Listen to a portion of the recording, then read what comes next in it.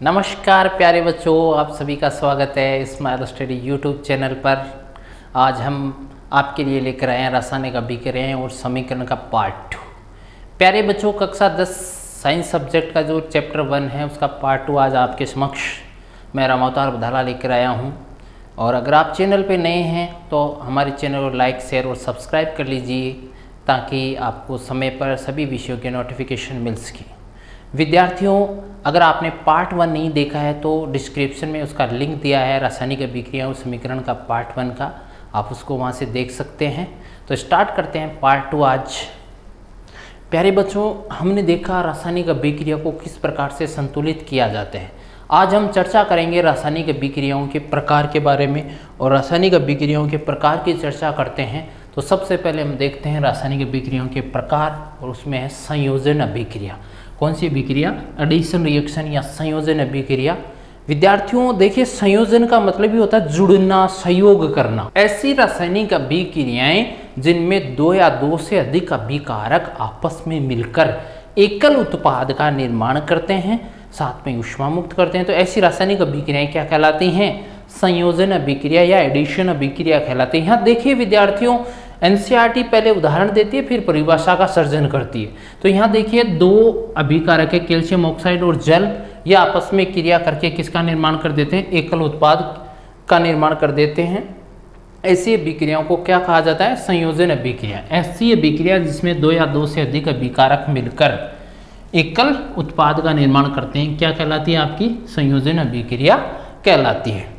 विद्यार्थियों एक उदाहरण देखते हैं, calcium oxide CaO। Calcium oxide का सूत्र है CaO, जिसको कहा जाता है बिना बुझा चूना। क्या कहा जाता है? बिना बुझा चूना। प्यारे बच्चों, बिना बुझा चूना की अगर हम चर्चा करते हैं कैल्शियम ऑक्साइड की, तो कैल्शियम ऑक्साइड को बिना बुझा चूना कहते हैं। और जब इसको जल में डाला जाता है बिना बुझे चूने को, तो चूना डालते ही क्या होता है? बुदबुदाहट के साथ गैस ऊष्मा बाहर निकलती है और कैल्शियम हाइड्रोक्साइड का निर्माण हो जाता है। इस कैल्शियम हाइड्रोक्साइड को कहा जाता है बुझा हुआ चूना। तो यहाँ पर ध्यान देने लायक बात है, ये देखिए 2 है, कोई भी देखिए और भी उदाहरण देख सकते हैं। मान लीजिए ये कोई 2 अभिकारक हैं A और B, और आपस में अभिक्रिया करके किसका निर्माण करते हैं? C का निर्माण करते हैं। तो ऐसी अभिक्रियाएं क्या कहलाती है? आपकी संयोजन अभिक्रियाएं कहलाती हैं। तो आगे बढ़ते हैं। इसमें देखिए विद्यार्थियों, 2016 का प्रश्न आया हुआ है ये बोर्ड परीक्षा में कि कैल्शियम हाइड्रोक्साइड जो है, ऑक्साइड है, वो जल के साथ क्रिया करके कैल्शियम हाइड्रोक्साइड का निर्माण करता है। इससे संबंधित प्रश्न आया हुआ है। इस अभिक्रिया में आपने देखा कि क्या बना था आपके पास? कैल्शियम हाइड्रोक्साइड बना था, जिसे बुझा हुआ चूना भी कहा जाता है। इस बुझे हुए चूना जो कि कैल्शियम ऑक्साइड का विलयन होता है, उस बुझे हुए चूने की अगर आप दीवारों पर सफेदी करते हैं तो वायुमंडल में उपस्थित जो कार्बन डाइऑक्साइड है उसके साथ वो कैल्शियम हाइड्रोक्साइड क्रिया करके चमकीला पदार्थ कैल्शियम कार्बोनेट बना लेता है। इसलिए 2 से 3 दिन के पश्चात कैल्शियम कार्बोनेट का निर्माण होने से दीवारों पर चमक आ जाती है। तो इस प्रकार से ये देखिए, आपको इसको समीकरण के द्वारा भी समझाते हैं। ये जो बुझा हुआ चूना है, कैल्शियम ऑक्साइड का जो विलयन है कैल्शियम हाइड्रोक्साइड, इसकी वायुमंडलीय कार्बन डाइऑक्साइड से क्रिया होती है तो कैल्शियम कार्बोनेट का निर्माण हो जाता है, जो आपका शेष जो है जल है वाष्प के रूप में निकल जाता है। तो विद्यार्थियों यहाँ ध्यान देने लायक बात यह है कि कैल्शियम कार्बोनेट, जिसको संगमरमर भी कहते हैं, चूना पत्थर भी कहते हैं, खड़िया भी कहा जाता है। तो आप ध्यान दीजिए, संयोजन अभिक्रिया के आपके सामने उदाहरण आ रहे हैं। अन्य और उदाहरण देखते हैं, जैसे कोयले का दहन, प्राकृतिक गैस का दहन, या हाइड्रोजन और ऑक्सीजन के सहयोग से जल का निर्माण। विद्यार्थियों ध्यान दीजिए, यहाँ पर कोयला यानी कार्बन का प्ररूप है, तो कार्बन ठोस अवस्था में होता है और वायुमंडलीय ऑक्सीजन की उपस्थिति, मैंने शुरू में भी बताया था पार्ट 1 में कि दहन जो होगा ऑक्सीजन की उपस्थिति में होगा और कार्बन डाइऑक्साइड गैस का निर्माण हो जाता है। तो कोयले के दहन की जो अभिक्रिया है इस प्रकार से। अब परीक्षा में प्रश्न कैसे आ सकता है? कोयले के दहन की रासायनिक समीकरण लिखिए, तो इस प्रकार से लिखनी है, ये आपके सामने। दूसरा उदाहरण देखते हैं, H2 और O2 के संयोग से जल का निर्माण। तो H2O2 के संयोग से आपके सामने H2O2 से जल का निर्माण हो जाता है। देखिए विद्यार्थियों, मैंने शुरू में फर्स्ट में ही बोला था कि चूने को आप पानी में डालते हैं तो वो कैल्शियम हाइड्रोक्साइड का निर्माण करता है, साथ में ऊष्मा भी बाहर निकालता है। तो ऊष्मा बाहर निकालने का मतलब ऊष्मा से आधारित अभिक्रिया हो गई, यानी ऐसी रासायनिक अभिक्रियाएं जिनमें उत्पाद निर्माण के साथ साथ ऊष्मा उत्पन्न होती है। ऊष्मा उत्पन्न होती है, उन्हें ऊष्माक्षेपीय रासायनिक अभिक्रियाएं भी कहते हैं। विद्यार्थियों देखिए, ऊष्मा अगर उत्पन्न होती है तो ऊष्माक्षेपीय किसी रासायनिक अभिक्रिया को संपन्न करने के लिए ऊष्मा की आवश्यकता है, तो ऊष्मा शोषी अभी आगे देखेंगे। तो यहाँ पर ऊष्माक्षेपीय अभिक्रियाओं की चर्चा कर रहे हैं, जैसे प्राकृतिक गैस का दहन। प्राकृतिक गैस मीथेन को कहा जाता है। प्राकृतिक गैस का दहन अगर आप ऑक्सीजन की उपस्थिति में करवाते हैं तो कार्बन डाइऑक्साइड निकल जाती है, आपके H2O वाष्प के रूप में निकल जाए, साथ में ही क्या निकलती है, ऊष्मा या ऊर्जा प्राप्त होती है आपको। तो इस प्रकार से यहाँ ऊष्मा निकल रही, इसलिए क्या ऐसी अभिक्रिया हो गई, ऊष्माक्षेपीय अभिक्रिया हो गई। अब चर्चा करते हैं श्वसन एक ऊष्माक्षेपीय अभिक्रिया है, क्यों, समझाइए। देखिए बच्चों, प्रकाश संश्लेषण की क्रिया के द्वारा कार्बोहाइड्रेट पदार्थ ग्लूकोज का निर्माण किया जाता है। अब ये जो ग्लूकोज बनता है, कार्बोहाइड्रेट बनता है, ये अपघटित होकर ग्लूकोज में परिवर्तित होता है पाचन की क्रिया के द्वारा। और ये जो ग्लूकोज होता है ये वायुमंडलीय ऑक्सीजन के साथ श्वसन की प्रक्रिया में क्रिया करता है और सरल पदार्थों में कार्बन डाइऑक्साइड और जल में टूट जाता है। साथ में शरीर को क्या प्रदान करता है, ऊर्जा प्रदान करता है, ऊष्मा प्रदान करता है। इसलिए श्वसन एक क्या है, ऊष्माक्षेपीय अभिक्रिया। श्वसन क्या है, एक ऊष्माक्षेपीय अभिक्रिया। आपके सामने C6H12O6 ग्लूकोज है, वायुमंडलीय ऑक्सीजन से क्रिया करके यहाँ पर देखिए ऊर्जा प्रदान कर रहा है। अब आगे बढ़ते हैं विद्यार्थियों, साग सब्जियां जो हैं उनका जो विघटित होती हैं, खराब हो जाती हैं, तो जो कंपोस्ट बनता है ये भी क्या होता है, एक ऊष्माक्षेपीय अभिक्रिया का ही उदाहरण है, क्योंकि ऊष्मा निकलती है इसके साथ ही, जैसे जैसे इनको इकट्ठा करके खराब हो जाते हैं। विद्यार्थियों आगे नई प्रकार देखते हैं अभिक्रिया का प्रकार, वियोजन अभिक्रिया। देखिए आपने देखा था संयोजन अभिक्रिया, अब इसकी विपरीत है वियोजन अभिक्रिया, और बोर्ड में प्रश्न भी बन सकता है कि संयोजन अभिक्रिया और वियोजन अभिक्रिया एक दूसरे के विपरीत है, क्यों। विद्यार्थियों मैंने वहां बताया था A+B और बना लेते हैं क्या C, इसमें उल्टा होता है। ऐसी रासायनिक अभिक्रिया जिसमें जैसे उदाहरण के लिए ये कोई पदार्थ है A, अगर इसको ताप दे रहे हैं आप, सूर्य का प्रकाश उपलब्ध करवा रहे हैं या विद्युत अपघटन करवा रहे हैं, तो ये छोटे छोटे अभिकारकों में टूट जाता है। तो समझते ए से क्या बन गया, बी और सी, यानी ऐसी रासायनिक अभिक्रियाएं जिसमें एकल अभिकर्मक, क्या एकल अभिकर्मक टूटकर छोटे छोटे उत्पाद प्रदान करता है, ऐसी अभिक्रिया क्या कहलाती है, वियोजन अभिक्रिया कहलाती है। जबकि संयोजन में इसका उल्टा हुआ था, दो अभिकारक आपस में क्रिया करके एकल उत्पाद का निर्माण कर रहे थे, इसलिए एक दूसरे क्या है, विपरीत है। आगे देखते हैं उदाहरण इसका, जैसे फेरस सल्फेट है, इसका क्रिस्टलीय जलयुक्त जो नीला समझ क्रिस्टलीय जलयुक्त जो रंग होता है इसका, ये रंग चेंज हो जाता है अगर आप इसको गर्म करते हैं। हरा जो विलेन होता है इसको अगर आप गर्म करते हैं, क्रिस्टल जल को गर्म करते हैं, ये बाहर निकलेगा और बाहर त्याग दिया जाता है। क्रिस्टल का क्या है, रंग बदलता है, और रंग बदलने के साथ ही आयरन ऑक्साइड ठोस बन जाता है, सल्फर डाइऑक्साइड और सल्फर ट्राइऑक्साइड बनती है। उदाहरण के लिए देखिए आपके सामने यहाँ ये जो फेरस सल्फेट है, इस फेरस सल्फेट को जब आप गर्म करते हैं, जनरली इस फेरस सल्फेट को गर्म करते हैं तो देखिए यहाँ फेरिक ऑक्साइड बनता है, ठोस अवस्था में होता है, दो गैस बन जाती हैं, सल्फर डाइऑक्साइड और सल्फर ट्राई ऑक्साइड। तो ये देखो एकल अभिकारक है, ये ऊष्मा प्राप्त करके 2 या 3 छोटे छोटे उत्पादों में परिवर्तित हो जाता है। तो ऐसी अभिक्रिया क्या कहलाती है विद्यार्थियों, वियोजन अभिक्रिया कहलाती है। और भी उदाहरण देख सकते हैं, ऊष्मीय वियोजन। देखो शुरू में मैंने कहा है कि वियोजन के लिए या तो ताप देना पड़ेगा, ऊष्मा देनी पड़ेगी, या प्रकाश देना पड़ेगा, या विद्युत अपघटन करवाना पड़ेगा। उसमें वियोजन की बात करते हैं तो ये जो चूना पत्थर है कैल्शियम कार्बोनेट, इसको जब आप गर्म करते हैं प्यारे बच्चों, तो कैल्शियम कार्बोनेट जो है वो अपघटित होकर कैल्शियम ऑक्साइड में बदल जाता है, CO2 गैस मुक्त करता है। कैल्शियम ऑक्साइड को क्या कहा जाता है, बिना बुझा हुआ चूना, और कैल्शियम हाइड्रोक्साइड को बुझा हुआ चूना कहा जाता है। तो इस प्रकार से आपका यहाँ उसमें अपघटन से 2 छोटे छोटे विकर्मकों में टूट गया। इसी प्रकार से लेड नाइट्रेट है, लेड नाइट्रेट को अगर आप गर्म करते हैं तो वो लेड ऑक्साइड का निर्माण कर लेता है, साथ में भूरे रंग की एक गैस निकलती है जो कि नाइट्रोजन डाइऑक्साइड कहलाती है और ऑक्सीजन मुक्त होती है। तो इस प्रकार से उसमें वियोजन से भी आपको ये अभिक्रिया में स्पष्ट दिखाई दे रहा है।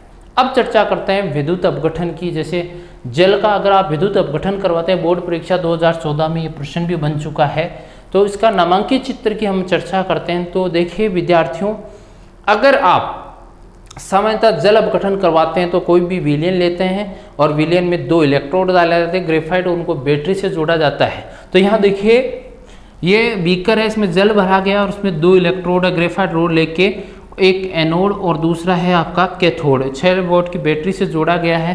तो एनोड के ऊपर ऑक्सीजन गैस प्राप्त होती है और कैथोड पर हाइड्रोजन गैस मुक्त होती है। तो इस प्रकार से जल का विद्युत अपघटन हो जाता है। यानी जल को जब आप विद्युत अपघटन करवाएंगे, जैसे 2H2 है, इसका विद्युत अपघटन करवा रहे हो तो सामान्यतः देखो H2 बनता है, H2 के साथ O2 भी बनता है।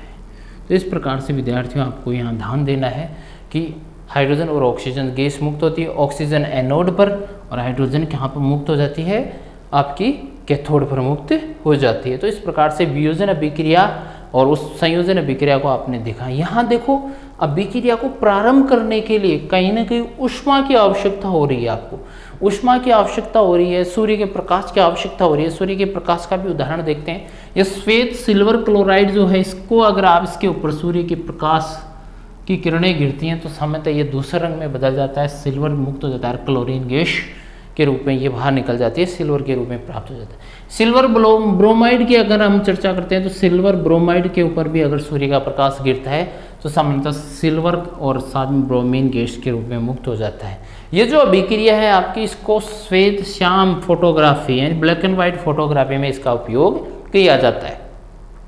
एक विशेष नोट डाला है जिसकी मैं चर्चा कर चुका हूं कि वियोजन अभिक्रियाओं में अभिकारकों को तोड़ने के लिए ऊष्मा, प्रकाश या विद्युत ऊर्जा यानी विद्युत अपघटन की आवश्यकता होती है। जिन अभिक्रियाओं में इन ऊर्जा अगर अवशोषित होती है, जिन अभिक्रियाओं में ऊर्जा अगर अवशोषित होती है तो ऐसी अभिक्रियाओं को क्या कहते हैं, ऊष्मा शोषी अभिक्रिया कहते हैं। यानी कि देखिए शुरू में आपने ऊष्माक्षेपी देखा था, उसमें ऊष्मा बाहर निकल रही थी और यहाँ उत्पाद निर्माण के लिए क्या होती है, ऊष्मा की आवश्यकता होती है। देखिए बेरियम का हाइड्रोक्साइड जो है, बेरियम हाइड्रोक्साइड की चर्चा कर रहा हूं, इसका नाम है बेरियम हाइड्रोक्साइड। क्या नाम है इसका, बेरियम हाइड्रोक्साइड। ये जो बेरियम हाइड्रोक्साइड है इसकी चर्चा करते हैं। बेरियम हाइड्रोक्साइड जो है इसके अभिक्रिया करवा रहे हो आप किससे, अमोनियम क्लोराइड से। अमोनियम क्लोराइड से अगर आप अभिक्रिया करवाते हैं तो विद्यार्थियों यहाँ देखिए आयनों का परस्पर आदान प्रदान हो जाता है। तो यहाँ बेरियम क्लोराइड बन जाता है और अमोनियम हाइड्रोक्साइड बन जाता है। ये बेरियम क्लोराइड के साथ जुड़ जाता है और अमोनियम हाइड्रोक्साइड के साथ जुड़ जाता है। अब चर्चा करते हैं विस्थापन अभिक्रिया की। विस्थापन अभिक्रिया किससे कहते हैं, देखिए ऐसी रासायनिक अभिक्रियाएं जिसमें अधिक सक्रिय तत्व के द्वारा कम सक्रिय तत्व के परमाणु अणु या आयन को विस्थापित कर दिया जाता है, तो ऐसी अभिक्रिया क्या कहलाती है, विस्थापन अभिक्रिया कहलाती है। विद्यार्थियों उदाहरण के लिए अगर कोई पहलवान आता है तो वो कमजोर व्यक्ति को अपने दम या बल के दम पर साइड में कर देता है। ठीक इसी प्रकार से जो अधिक सक्रिय तत्व होता है वो कम सक्रिय तत्वों को विस्थापित कर देता है, उसकी जगह वह स्वयं ले लेता है। उदाहरण के लिए देखिए विद्यार्थियों, आपने देखा विस्थापित कर देता है। देखिए बच्चों, लोहे की कील को जब आप कॉपर सल्फेट के नीले विलेन में डुबोते हैं तो समझे आप लोहा जो है अधिक सक्रिय है, तो इसलिए धीरे धीरे क्या होगा, कॉपर सल्फेट का नीला रंग विलुप्त हो जाएगा। अर्थात Fe है वो कॉपर सल्फेट से क्रिया करेगा और क्रिया करके फेरस सल्फेट का निर्माण कर देगा और कॉपर है वो आपको प्राप्त हो जाएगा। तो इस प्रकार से कम सक्रिय तत्व को विस्थापित कर दिया जाता है। तो ऐसी अभिक्रियाएं क्या कहलाती हैं, विस्थापन अभिक्रिया। उदाहरण के लिए जिंक कॉपर सल्फेट के विलीन में डालते हैं तो देखिए जिंक सल्फेट बन गया और कॉपर मुक्त हो गया। ये 2014 की बोर्ड परीक्षा का प्रश्न है। ठीक इसी प्रकार से आगे चर्चा करते हैं। ये लेड जो है, लेड की अगर आप कॉपर क्लोराइड में डालते हैं तो सामान्यतः लेड क्लोराइड बन जाता है, साथ में कॉपर मुक्त हो जाता है। तो ये कहीं ना कहीं सक्रियता का क्रम है। विद्यार्थियों सक्रियता का एक विशेष क्रम अगर साधारणतया देखें तो जिंक अधिक सक्रिय है, जिंक से थोड़ा कम सक्रिय लेड है, लेड से बहुत कम सक्रिय आपका कॉपर, यानी कॉपर की सक्रियता बहुत कम है। अब एक नई प्रकार की अभिक्रिया की चर्चा करते हैं, द्विविस्थापन। देखिए द्वि से ही हो रहा है कि परस्पर क्या हो, विस्थापन हो, क्या आयनों का। ऐसी रासायनिक अभिक्रियाएं जिसमें अभिकारकों के बीच में परस्पर आयनों का क्या हो, आदान प्रदान हो, तो ऐसी अभिक्रियाएं क्या कहलाती हैं, द्विविस्थापन अभिक्रिया कहलाती है। उदाहरण के लिए देखिए बच्चों, यहाँ सोडियम सल्फेट है आपके पास, ये बेरियम क्लोराइड से क्रिया कर रहा है। तो ये जो सोडियम सल्फेट है ये जनरली किसके साथ, क्लोराइड के साथ, और ये जो बेरियम है ये किसके साथ क्रिया कर लेता है, सोडियम सल्फेट के साथ, सल्फेट के साथ क्रिया करता है तो यहाँ बेरियम सल्फेट का श्वेत अवक्षय प्राप्त हो जाता है और ये सोडियम क्लोराइड प्राप्त हो जाता है। तो विद्यार्थियों, ऐसी रासायनिक अभिक्रियाएं जिनमें अवक्षय प्राप्त होता है अवक्षेपण अभिक्रिया कहलाती है। तो आपकी ये अवक्षेपण अभिक्रिया का भी उदाहरण है। अब लेड नाइट्रेट की चर्चा करते हैं। ये देखिए लेड नाइट्रेट है, अगर इसमें पोटेशियम आयोडाइड डाला जाता है तो लेड नाइट्रेट में क्या होता है। देखिए विद्यार्थियों, ये जो लेड है Pb है, ये किसके साथ जुड़ता है, ये आयोडीन के साथ जुड़ता है। और ये जो पोटेशियम है ये किसके साथ जुड़ेगा, नाइट्रोजन के साथ जुड़ेगा। तो देखिए लेड आयोडाइड बन गया, साथ में पोटेशियम नाइट्रेट बन जाता है। तो इस प्रकार से परस्पर क्या हो रहा है, आयनों का विस्थापन हो रहा है। आयनों का क्या हो रहा है, विस्थापन हो रहा है। अब चर्चा करते हैं विद्यार्थियों अन्य प्रकार की रासायनिक अभिक्रियाएं। देखिए एक बहुत ही महत्वपूर्ण अभिक्रिया आ रही है आपके सामने, ऑक्सीकरण और अपचयन अभिक्रिया, जिसको सामूहिक रूप से अगर दोनों साथ साथ होती हैं तो उनको रेडॉक्स रिएक्शन कहते हैं। तो सबसे पहले ऑक्सीकरण का और अपचयन की चर्चा करेंगे। देखिए विद्यार्थियों, अगर ऐसी रासायनिक अभिक्रियाएं जिनमें सामान्यतः ऑक्सीजन का योग हो, हाइड्रोजन का निष्कासन हो, ऑक्सीकरण या उपचयन अभिक्रिया कहलाएगी। और इसके विपरीत होता है, यानी ऐसी रासायनिक अभिक्रियाएं जिसमें ऑक्सीजन का निष्कासन हो, हाइड्रोजन का योग हो, तो ऐसी रासायनिक अभिक्रियाएं अपचयन या रिडक्शन रिएक्शन कहलाएगी। तो विद्यार्थियों यहाँ पर देखिए कॉपर चूर्ण जो भूरे रंग का होता है वो वायुमंडलीय ऑक्सीजन से क्रिया करके काली परत का निर्माण कर लेता है, जिसे कहते हैं कॉपर ऑक्साइड। ये जो काली परत बन जाती है ये ऑक्सीजन के योग से बनती है। तो मैंने कहा था ओ ऐसी रासायनिक अभिक्रियाएं जिसमें ऑक्सीजन का योग हो, इसका मतलब ये कौन सी अभिक्रिया हो गई, आपकी अपचयन अभिक्रिया हो गई। अगर आप इस गर्म कॉपर ऑक्साइड है, इसको अगर आप गर्म जो है इसको गर्म करते हैं, इसके ऊपर कौन सी गैस प्रवाहित करते हैं, हाइड्रोजन गैस अगर आप प्रवाहित करते हैं तो सामान्यतः किसका निर्माण हो जाएगा, कॉपर का वापस निर्माण हो जाएगा, जो कि किसमें भूरे रंग में बदल जाएगा, साथ में क्या मुक्त हो जाएगा, जल मुक्त हो जाएगा। आगे देखिए आप, गर्म कॉपर ऑक्साइड के ऊपर अगर H2 गैस प्रवाहित की जाती है तो काली परत जो है भूरे रंग में परिवर्तित हो जाएगी, अर्थात विपरीत अभिक्रिया संपन्न होती है। ये प्रश्न 2017 की बोर्ड परीक्षा में पूछा हुआ है। देखिए आपके सामने कॉपर ऑक्साइड H2 से क्रिया करता है, कॉपर और H2O का निर्माण कर लेता है। अब इसमें प्रश्न क्या पूछा गया था कि इस अभिक्रिया में किस पदार्थ का अपचयन ऑक्सीकरण हो रहा है, साथ में एक ऐसी अभिक्रिया का उदाहरण दीजिए। अभी आके देखते हैं। आगे अगर अपन चर्चा करते हैं तो सामान्यतः आपकी परिभाषा है कि जब किसी पदार्थ में ऑक्सीजन की वृद्धि होती है तो ऐसी उपचयन अभिक्रिया कहलाती है, और जब ऑक्सीजन या हाइड्रोजन के बारे में बताया तो ऐसी अभिक्रिया अपचयन, यानी कि ऑक्सीजन का ह्रास हो, हाइड्रोजन का योग हो, तो वो अपचयन अभिक्रिया कहलाती है।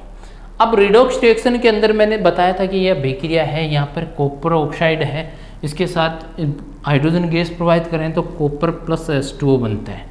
तो विद्यार्थियों यहाँ देखिए कॉपर जो है वो किस में बदल रहा है, कॉपर ऑक्साइड जो है, ये कॉपर ऑक्साइड है वो किस में बदल रहा है, कॉपर में बदल रहा है, अर्थात ऑक्सीजन की कमी हो रही है, अर्थात ये अभिक्रिया क्या कहलाएगी, आपकी अपचयन अभिक्रिया कहलाएगी। ठीक इसी प्रकार से इस हाइड्रोजन के साथ ये H2O बन गया, तो हाइड्रोजन के साथ किसका योग हो रहा है, ऑक्सीजन का योग हो रहा है, तो इसलिए ये अभिक्रिया क्या कहलाएगी, उपचयन अभिक्रिया कहलाएगी। अर्थात या कॉपर ऑक्साइड कॉपर में अपचयित हो रहा है और अर्थात या कॉपर ऑक्साइड कॉपर में अपचयित हो रहा है और हाइड्रोजन वो H2O में ऑक्सीकृत हो रहा है या अपचयित हो रहा है। तो यहाँ रिडॉक्स रिएक्शन की परिभाषा देखते हैं। ऐसी रासायनिक अभिक्रियाएं सामान्यतः एक अभिकारक में ऑक्सीजन की वृद्धि या हाइड्रोजन की कमी, यानी वो कौन सी अपचयन ऑक्सीकरण अभिक्रिया हो गई, और दूसरे में ऑक्सीजन की कमी या हाइड्रोजन की वृद्धि, अर्थात वो क्या हो गई बच्चों, वो अपचयन अभिक्रिया हो गई। यानी एक अभिकारक ऑक्सीकृत होता है या अपचयित होता है, दूसरा अभिकारक अपचयित होता है। उपचयित और अपचयित थोड़ा ध्यान रखना। तो ऐसी अभिक्रिया क्या कहलाती है, रेडॉक्स रिएक्शन कहलाती है। यानी ऐसी रासायनिक अभिक्रियाएं जिसमें ऑक्सीकरण और अपचयन दोनों साथ साथ होते हैं, तो ऐसी अभिक्रियाएं क्या कहलाती हैं, रेडॉक्स रिएक्शन कहलाती है। इसके और उदाहरण हम देखते हैं।